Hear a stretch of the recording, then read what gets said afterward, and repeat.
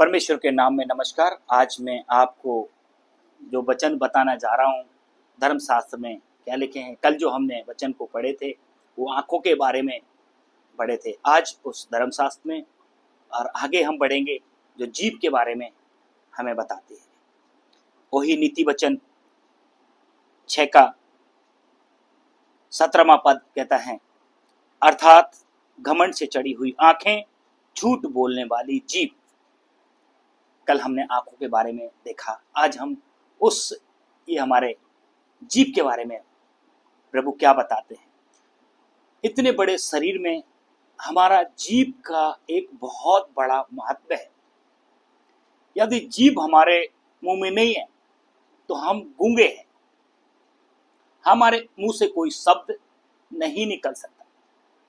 पर इसी जीभ में बहुत से स्वाद भी है, खट्टा हो, मीठा हो, हजारों स्वाद हमारे अंदर है। ये जीभ के अंदर जरा सा कुछ भी कंकड़ पत्थर बाल कुछ खाने पीने में जाता है, तुरंत बाहर जाता है। ये जीभ में थोड़ा सा चखते हैं तो पता चलता है कौन सा स्वाद है। परमेश्वर की बड़ी दया, हमें परमेश्वर ने बड़े सुंदर तरीके से बनाया है और परमेश्वर ने ये मुंह के अंदर एक जीभ जो यंत्र है, जो परमेश्वर का वचन कहता है, जो हमेशा आगर कुंड की आग से जलता रहता है। इसी से हम लोगों को बचा सकते हैं, इसी से लोगों को हम नरक में डाल सकते हैं। कैसे? जीभ के वश में परमेश्वर का वचन कहता है कि जीभ के वश में एक तीली जो है, तीली के बताए, एक तीली समझते, माचिस की तीली से बड़े बड़े वनों में आग लग जाती है। वैसे ही इस जीभ के बस में सारा शरीर भी है, नहीं तो ये जीभ भी हमारी इतने बड़े शरीर को नरक में डाल देती है। ये जीभ की जरा जरा सी बातों से झगड़े भी उत्पन्न होते हैं, इसी से हमारे गालियां भी निकलती हैं, इसी से हम आशीर्वाद भी देते हैं। तो आइए हम जीभ के बारे में और कुछ धर्मशास्त्र से जानेंगे। धर्मशास्त्र याकूब की किताब से उसका 3 का 5 से हम पढ़ना शुरू करेंगे।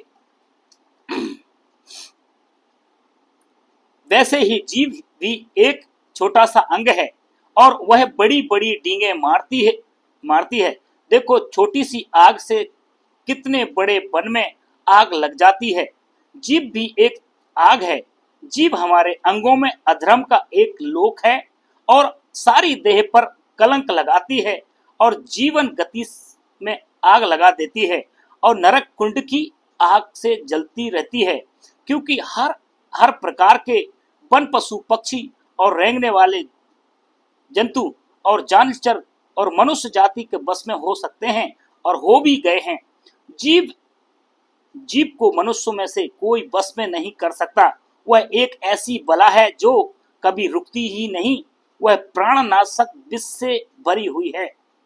इसी से हम प्रभु और पिता की स्तुति करते हैं और इसी से मनुष्यों को जो परमेश्वर के स्वरूप में उत्पन्न हुए हैं साफ देते हैं।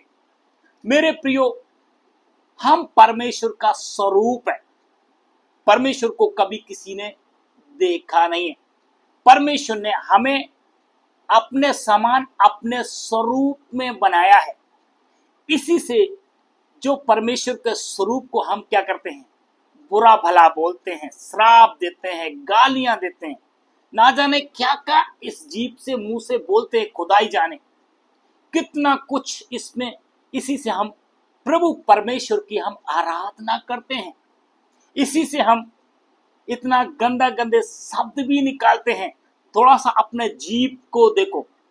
परमेश्वर का वचन कहता है, बड़े बड़े जानवर, बड़े बड़े जीव जंतु, बड़े बड़े जहाज, हम बड़े बड़े जानवरों को हम बस में कर लेते हैं। घोड़े को लगाम लगा के उसको बस में कर लेते हैं। बड़े बड़े जहाजों को थोड़े से परमाणु से घुमाए जाते हैं, परंतु हमारा ये जीव हमारे बस में नहीं है। हमेशा अगर कुंड की आग से जलता रहता है। इसी से हम परमेश्वर का वचन कहता है, इसको हम नरक में डाल जाते हैं।